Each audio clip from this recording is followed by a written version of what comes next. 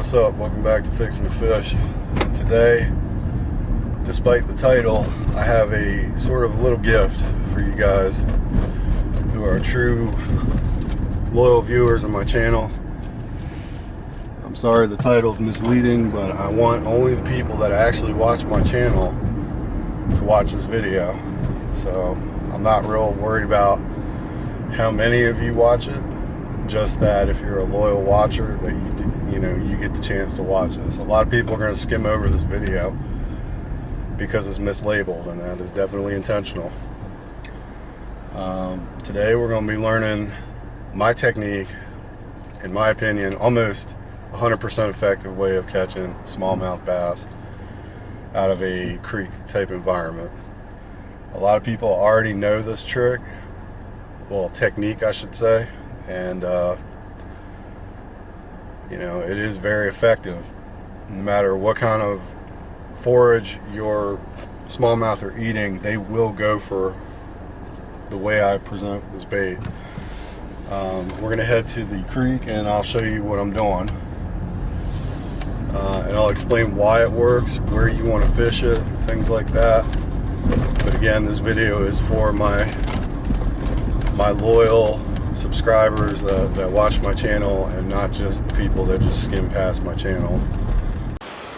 Alright, so here we are, we're at the creek, and I'm going to tell you what I like to use. I'll use a 3-inch Bass Pro Sticko, and you can use whatever color is most effective for the water clarity you're fishing.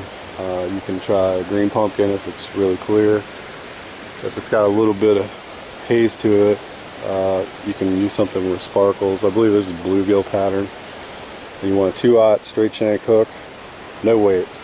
And the way you want to fish this, and the spots you're looking for, are slower parts of the creek that are just off to the side of the current. So you can see that side is moving fairly fast, so this would be a good spot. What the smallmouth do is they'll sit on the edge of that current and they'll wait for stuff to get washed down. So throw it right on the edge of that current, and you just kind of hop it past that current break. Not all these pools are going to have smallmouth. A lot of them have brim and other types of fish.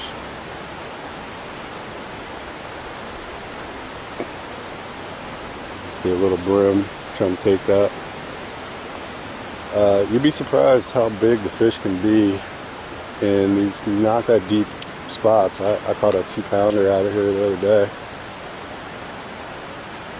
If you look real close, you can see right off to the right of that current break, you see some brim hanging out there waiting for stuff to just get washed down. And like I said, not all these little pools are going to have smallmouth.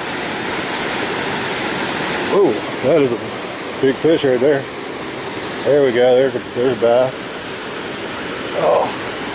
Oh, he's in the rock. Oh, he's in the rock. Oh, that's a big fish too. Let's see if I can get him out. That might be a largie. No, that's a smallmouth. There we go. There's smallmouth number 1. Good hook. Didn't even see him in there. Oh, he is just incredibly feisty. His lips are all tore up from being in the rocks.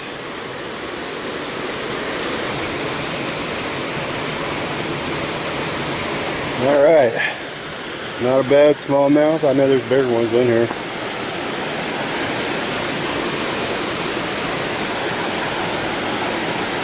It's interesting, his eyes aren't as red as the one I caught the other day. Let's see if I can get him back out there. This is kind of treacherous right here.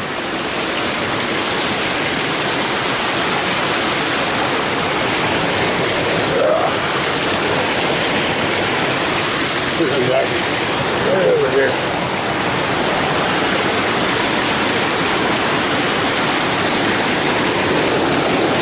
There you go, buddy. He just disappeared into that water. He's gone. Can't even see him. That's how well they're camouflaged in this shallow water. So I switched up to a different color this time, just because I think it might work a little better. The color of this worm is Sticko. It's called sprayed grass, and it's in between being a more natural color, but it still has a little bit of flash to it. Alright, just gonna throw it out and let it drift on down with the current. You can do that too. That's another option. You can sort of pop it on the way back in, or you can just throw it out and let it drift. A lot of times they'll hit it as it goes by. You gotta experiment, see what they're in the mood for, because some days they don't want it. Oh, there's a good fish. Oh, I got off. Oh, he's still on. No, he's still on. Oh, there we go. Oh, he's mad. Another smallie. See if I can bring him up. Another smallie. Smaller smallie. Yep. I was letting that drift on by too. Because he's so angry, he's gonna get a flip. So sometimes you'll find a good many of these in one little pool.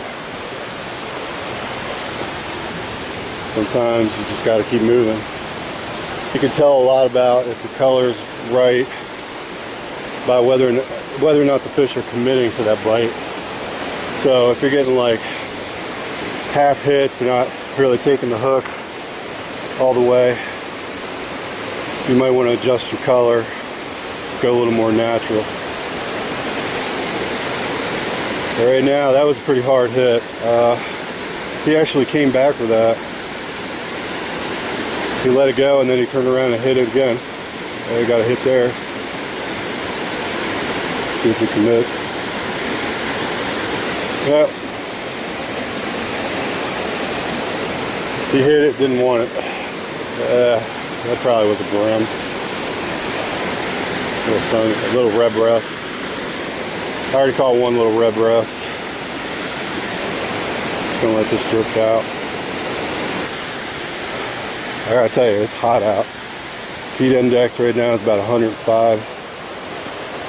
Not so much hot as just the humidity is like Vietnam. I am just dying. What's really cool is you can see the brim. They're facing the current. They're waiting for food to come down the chute, and they're just sitting in the slacker water. And the bass will be doing that too, although I can't really see them in this water. They don't stand out as well as the brim do. Finally got something on. Looks like it's definitely a bass. I think it's a largemouth. Yes, sir. It's a largemouth. Little largy. What are you doing in there, buddy?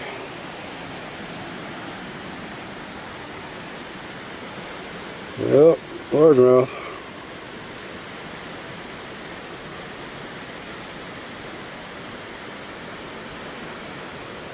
So like I was saying, you can catch just about anything in here.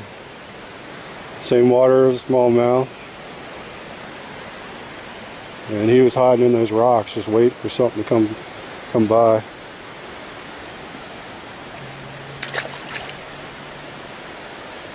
Alright, so we're going to go ahead and move on up to the next pool.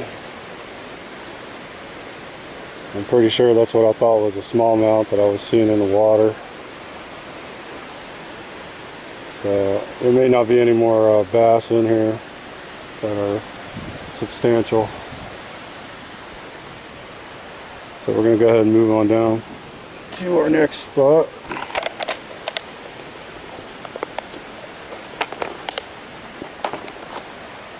And I got some serious climbing to do. Got some major boulders to get up. Now in this situation, I prefer to fish with copolymer.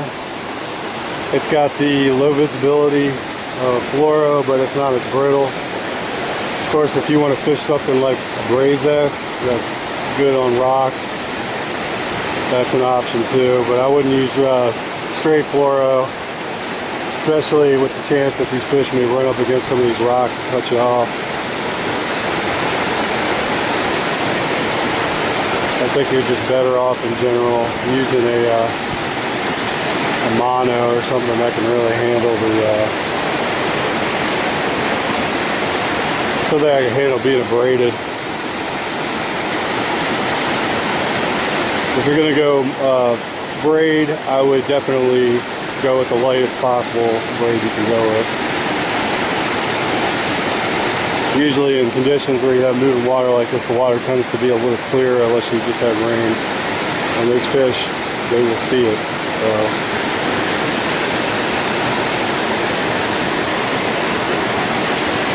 Just my suggestion. Yeah, that's going to do it for me today. As you can tell, I am just covered in sweat. I am really hot. I'm really tired. I hiked at least a half a mile, and the heat index is about 105. It's just too much for me. On top of that, a lot of people have moved in on some of the spots in my earlier part of the video, and they're just hanging out. Some of them are fishing, so it's really getting busy back there, and I think that's just going to do it for me today. Anyway, thanks for watching, you guys. For all the people that missed out because they just didn't bother clicking on my title, I guess you're missing out if you didn't already know this trick that I use. For you loyal viewers, this is my gift to you to use whenever you're having trouble getting a bite and you're fishing for smallmouth. Try this out. Weightless 3-inch stickos or Senkos if you want to spend the extra money on them. Very, very effective. This is a very pressured spot, and I've used this technique pretty much everywhere I go to fish for smallmouth. I will use this technique and have some kind of success with it. If you guys have any good luck with it, be sure to post up on the video in the comment section. Let me know what you were doing, how it worked for you, what colors you used, things like that. I'm really interested to get y'all's feedback. Until next time, thanks for watching. So I wanted to share something before I end this video. As I was packing up to leave at the end of my trip, a well-meaning gentleman, Asian gentleman, came up and he says, "Hey, I found a turtle, I'm gonna let him go." And I said, "Oh, that's cool, that's nice." And he then proceeded to start to put the turtle in the creek, in a deep part. I said, "Oh man, what are you doing?"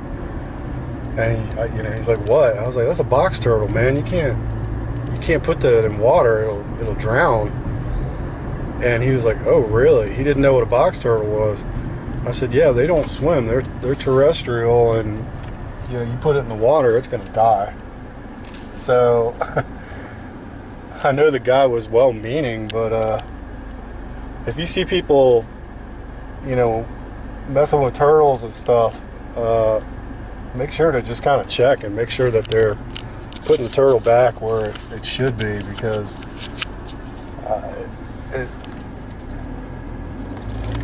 it amazes me, how many well-meaning people do things like that where they don't really know what they're doing. And box turtles don't bother anybody. They live a really long time, and oh man, it would be really sad to see one of those things that don't bother anybody, somebody trying to do the right thing and just sticking them in the water and them struggling to keep all that shell out of the water and just dying of exhaustion and then sinking like a brick.